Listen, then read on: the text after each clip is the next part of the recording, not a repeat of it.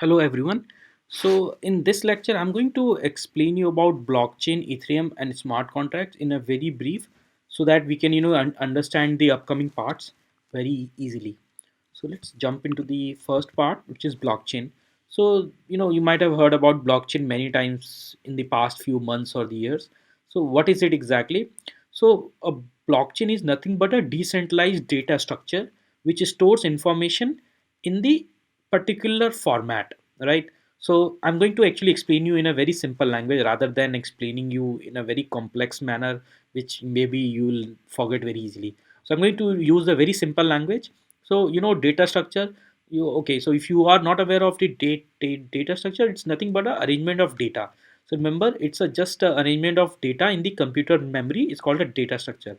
So blockchain is nothing but a data structure which is a special kind, which is like this, which is called a type of blocks which are connected to each other. That's why we call a block, and the chain, it's called a blockchain, right? It's a data structure which exists on a peer-to-peer network or on a decentralized or a distributed network, right? So means this data structure will not be residing in the single server or a place or a computer, which generally happen in the case of Excel sheet or a MySQL table which reside in a particular server or a computer.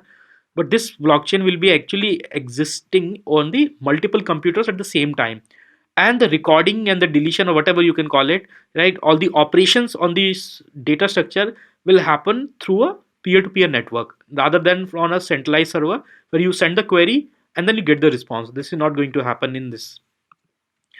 Okay, so let's talk about more about the blockchain. So right, so let's relate it with the real life analogy so that you can understand the blockchain better, right? So imagine it as a book where the each page references to the previous page through a page number. You know that every book has a page number, and if you tear down one particular page, it is very easy to detect because the page numbers are actually connecting the each page. So if you change the page, then it is easy for someone to identify if that page has been removed, or somebody has tampered the page, sorry, they tear down the page.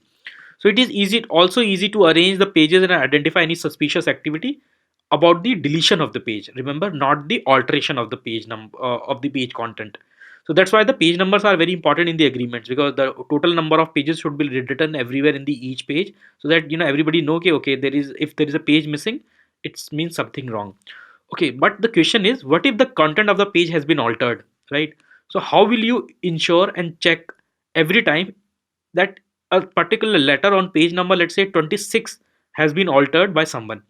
So in that case, you can have to, to solve this or to answer this question, what you have to do is you have to just produce the page number by crunching the content of the page, or you can say crunching of the previous page.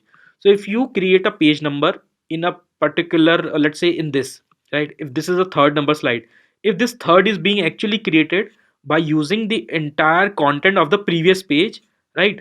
When I say entire content of the previous page, that means the entire content which includes the page number of the previous page as well.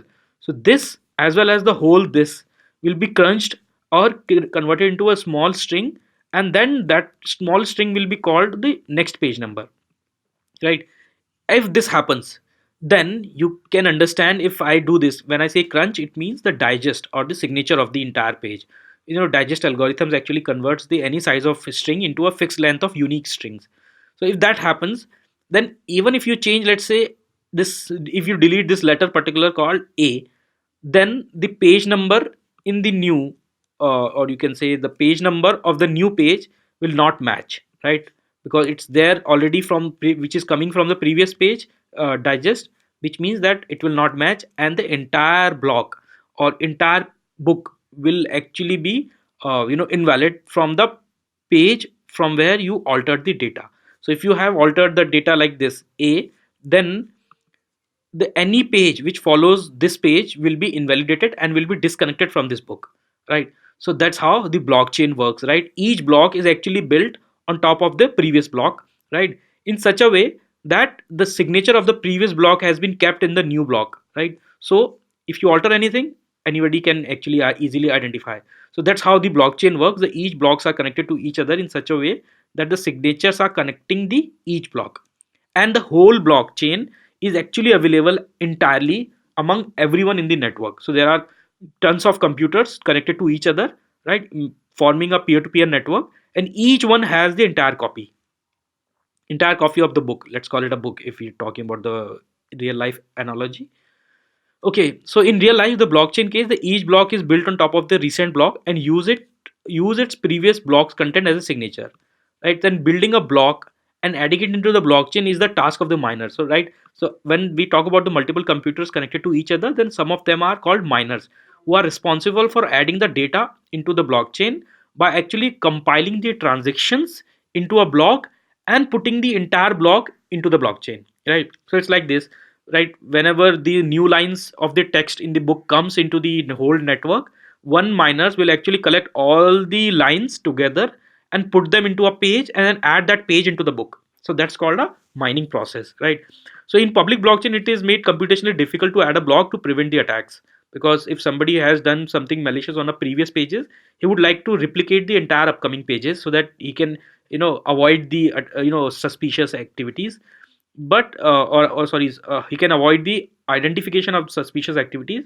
So it's intentionally made difficult to create a new block, right? So miners try to guess a number in such a way that if it gets crunched with the most recent block's fingerprint, then it will create a new fingerprint which will be less than that the most recent block. So every page number, let's call it a page number, right?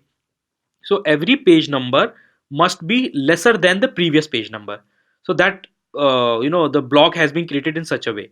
Remember, the page number is being created not by just crunching the entire content of the page, let's say entire content. So this page number will not be generated just by the previous page entire content. There will be an extra random number that will create it and will be kept at the bottom. So that number need to be guessed by the miners. That's called a mining, right? That becomes a mining process. So since it is actually computationally expensive and there is a difficulty of involved, then so the miners actually receive a reward, because nobody do it for free, right? Why should I invest my computational or power or the computer to the blockchain, right? So I need something in exchange of that. So currently the Bitcoin case, it is 25 BTCs or 25 Bitcoins, which is around 13 to 14,000 dollar right now every block. So that's why, and that 13 to 14,000 dollars are very huge cost. So it means that Bitcoin challenge, the adding a blockchain must be block into the blockchain must be very expensive and difficult. So private blockchains can use any other method to add the block, as they can trust the miners using the contract, etc. So this is how the small, the block look like. As I already told you, that previous block signature generally kept on the top of it, and then there is a random number which is generally added at the bottom of it, which then create the whole signature. Okay, so I already told you that's a decentralized distributed ledger or the data structure where the data is being stored inside the blocks in form of transactions. It removes the dependency on the trusted third party for recording the data in the blocks. In public blockchain, more complex algorithms required to avoid the malicious activities. I've already discussed and explained you that, right? Since the each block is built on top of the previous block, immutability has been achieved. Because if you change anything in the previous block, the entire blockchain will be, or the upcoming blocks will be invalidated, and it is easy to detect. That's how the immutability has been achieved, right? Data itself is not immutable at all, but if you do change something, the whole system will fail at his own level. Then it is easy to identify the changes. That's why it's called immutable. It is very difficult to fake a block and very easy to detect a fake block. That's called a immutability in different language, right? So this all exists in the memory of computers, and there are software programs which are running and connecting and talking to other computer softwares. So that's simply a blockchain. So every participant of the blockchain contains the almost the same copy of the blockchain. That's true. Almost same, not exactly the same. So what is Ethereum? So Ethereum is another open source blockchain, and which is actually also the first version, or you can say the different version is Bitcoin. So Bitcoin is also a open source blockchain, but Ethereum is a different kind of blockchain which actually offers a feature called smart contracts.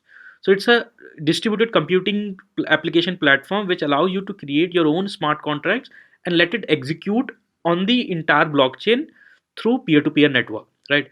So it offers a decentralized virtual machine, also known as Ethereum virtual machine, and of course Ethereum is having own the virtual currency known as Ether, right? So just like in Bitcoin has a Bitcoin, the Ethereum has Ether as a virtual currency. So Ethereum live blockchain was launched in 30th July 2015, and this is the logo of the Ethereum blockchain. Ethereum. Next question is, what is smart contract? So smart contract is a term used to describe the computer program code that is capable of facilitating, executing and enforcing the negotiation or performance of an agreement, right, using blockchain technology. So it's an application of one of the blockchain technology that we are talking about. The entire process is automated and can, act as a complement or substitute or the legal contract, right, where the terms and the smart contracts are recorded in the computer language as a set of instruction. So rather than signing a paper based contract, you can use this programming based contract and enforce and execute the penalties, rewards, everything using some triggers. That's called a smart contract. Okay, so that's all for the this brief explanation about the blockchain, Ethereum and the smart contract. So we'll continue the what exactly the the uh, other the Azure platform offers blockchain as a service, and we'll talk about it. Thank you.